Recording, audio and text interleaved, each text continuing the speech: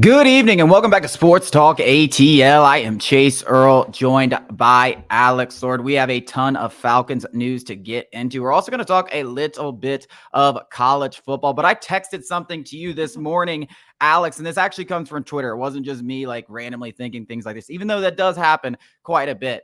And this was an argument that I saw on Twitter. I felt like it'd be a good thing to discuss on this show. And it's about 2021 fourth overall pick, Kyle Pitts, and whether he is heading into the bust territory as he gets into his fourth season. Alex, you said no. I don't necessarily disagree because of the circumstances when you talk about the quarterback play, the injuries and stuff like that.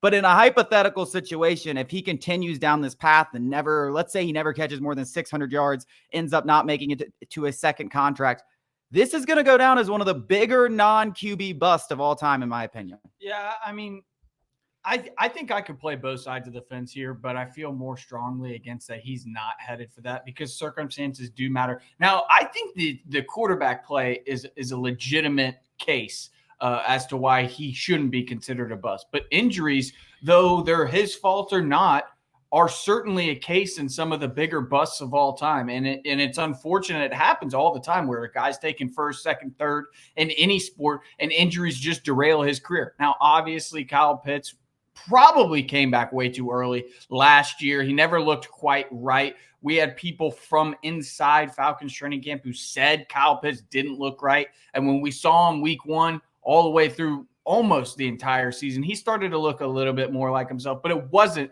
the rookie, sensation that earned Pro Bowl honors. With that being said, the quarterback play has been god-awful. I could say some really, really nasty words that aren't appropriate for the show about who was throwing him footballs, but nobody could have survived that. I mean, I'm talking like the DeAndre Hopkins early parts of his career where everybody's thinking like, how is this guy actually being this productive? And like, you could have the case like, wide receivers, if they're this great, they should be able to produce whoever's throwing them the football. When you're the highest drafted tight end in NFL history, that kind of is the expectation. But I think that, given the circumstances, he looked amazing his rookie year. Pro Bowl honors, nearly broke the all-time rookie receiving record for a tight end. That can't be ignored. Obviously, his sophomore year, it was plagued by poor quarterback play. Then his third year, plagued by poor quarterback play and the injury. So I just think it's way too disingenuous to the circumstances to call him entering the bust territory. But on the other side of it, to your point, if you're a Falcons fan and you are blaming it, like you're refusing to even have the conversation, you're delusional because, like you said, if he has another not so great year, I mean, the conversation is worth having. If Kirk cut, let's also just stop. I hate I know, and you brought it up. And listen, 1,000 yards for whether you're a wide receiver or tight end, fantastic as a rookie. Julio Jones didn't even do that. He had Matt Ryan throwing him passes in his prime. So that's fantastic. And he looked like an absolute stud, and it looked like he was heading. But Kyle Pitts, when you draft a guy fourth overall, you're expecting him to be more than just a tight end in terms of a receiver. He was a wide receiver / tight end. And a lot of people were talking after that first year already, just after 1 year, about, is he going to get paid as a wide receiver or a tight end? All that conversation. So I just think, let's say Kirk Cousins comes in or Baker Mayfield or a proven quarterback. He comes in and he doesn't give you at least 800 yards. And my biggest thing about this is you got to look at the draft classes. I mean, there's some draft classes you can look at and be like, damn, the entire first round sucked. The first 15 picks were all garbage. The 2021 draft class might have been the most loaded top 10 I've ever seen in my life. And we're talking about right after him, Jamar Chase, Micah Parsons, Jalen Waddle, Penei Sewell. I mean, we're talking about Patrick Surtain. We're talking about Hall of Fame. It was almost like the Falcons could not miss, and they might have missed. Now, I'm not saying circumstances, we got to continue all that, but I'm just saying, I mean, Jamar Chase is right there. We could use another wide receiver. This was before we even had Drake London. But if you drop Jamar Chase in Atlanta, LSU guys, like I think the world. He's catching for 1,000 yards. Easily. Even with I Desmond don't know. Ridder. With Marcus Mariota, Drake London almost goes. Yeah, but Jamar Chase and Drake London are not comparable players. Okay, that's fair. But circumstances have to matter. If Joe Burrow was throwing Kyle Pitts the football, we would not be having this conversation. Yeah, I mean, I think the quarterback circumstances definitely held him back. Pass catching, but I think the injuries are really. I think they're the bigger deal, and I do hope that he's healthy. And I do love Kyle Pitts, and I do firmly believe he's going to have a much better season.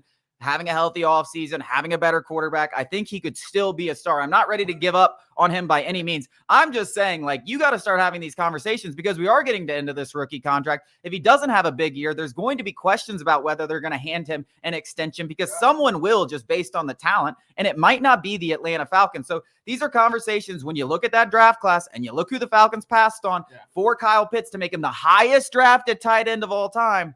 It's like, damn, like you at least right now sitting now have to be saying, damn, I wish we took one of these guys at the very least. And in that same breath, I mean, you're kind of looking at Terry Fontenot or Arthur Smith. Obviously, there was that collaborative, approach they took, so they should probably equally shoulder the blame if it doesn't work out. You took a tight end 4th overall. When you had, I mean, obviously hindsight's 2020. I hate playing that. You passed on this Hall of Famer who was taken in the 3rd round. So did everybody. But like, you passed on other top 10 guys. Micah. You tapped on blue chip. Penei Sewell. Penei Sewell was right there and was well regarded in that class as maybe the number one overall pick. Maybe the best non-quarterback prospect in the class. So it's not like the Falcons passed over guys who were taken in the later round. No, these are top 10 picks that were premium positions. Premium pass rusher, tackle, corner. Yeah. I mean, it's literally, and then it could look like an all-time goofy move for Terry Fontenot and Arthur Smith if Kyle Pitts doesn't work out. It really could. I mean, as we sit here today, it does look like a goofy move. At the very least, it looks like a goofy move. Now, all-time goofy move, that I think is dependent on how these next 2 years shake out. I think they will pick up his 5th-year option. There's no doubt about that. But we're already in goofy territory. We could get having conversations. We could get to Trent Richardson territory. And I know you mentioned him. And then I was like, I feel like Trent did pretty good his first year. Trent, his first year, 950 rushing yards, 400 yards receiving, 13 touchdowns. I'm just saying, like, that's Bijan Robinson numbers. Like, that's a pretty good. And I think most Falcons fans are disappointed with Bijan's rookie year. I mean, if you're not, I think your expectations were much more tempered than a lot of people's, because my expectation was he would easily eclipse 1,000 yards rushing and flirt with 2,000 yards from scrimmage. So including receiving and rushing. I agree. I think a lot everybody's expectation. But I think at least with Bijan, you can see the future, like with just the way he moves, like just being electric and the elusiveness and stuff like that. And you can honestly just look and point at Arthur Smith and be like, why the hell was this not guy getting 25 touches a game? Hopefully that changes. I think Zach Robinson, you see how Christian McCaffrey's used. I expect that to change in year 2. We won't get into the Bijan Robinson bust talk yet. It's only been 1 year, but I think it's at least a conversation worth having because of the guys. Strictly, I just look at that class and I'm like, holy hell, like we always talk like we couldn't be GMs, right? Like, no, maybe we could. I'm just saying, like, the Raiders. Did you see that draft class and some of the guys that they pulled up? This could be an all-time goofy move strictly because of the draft class. I mean, there's times where the 4th overall pick has 1 Pro Bowl and it might have been the best pick. But that draft class, you're talking about premium positions, future Hall of Famers, guys that have already made multiple All-Pro and Pro Bowl teams, and you ended up drafting a tight end 4th overall. I think that, the conversation being had tells you all you need to know. Like the haters coming out and calling him up. Like, we're having this conversation because there are other conversations about this going on. I think that tells you all you need to know, that this is a legitimate topic to at least discuss, though I'm not going to give it the validity of actually saying he's entering bust territory. Because like I said, I think circumstances matter more than anything. Injuries are a part of the football, a part of this game, and if they continue to arise, I mean, he gets injured again next year. Like, let's not even talk. This is a real conversation. Let's not even talk about the fact that he might not perform because the quarterback situation sucks. I mean, what if he just suffers? That is another thing entirely. That like we're all just anticipating him to be healthy. Well, I think that the quarterback play is going to improve if they draft a rookie. I don't think you can necessarily expect Kyle Pitts to just experience that leap like we were expecting from his rookie to sophomore year. Like, I don't think you can expect that. Like, if JJ McCarthy steps in, I don't think you can expect Kyle Pitts to be Kyle Pitts. I agree with you. Let's hope that doesn't happen and he has a big year in 2024. Coming up after the break, college football playoff odds release. We're going to discuss them.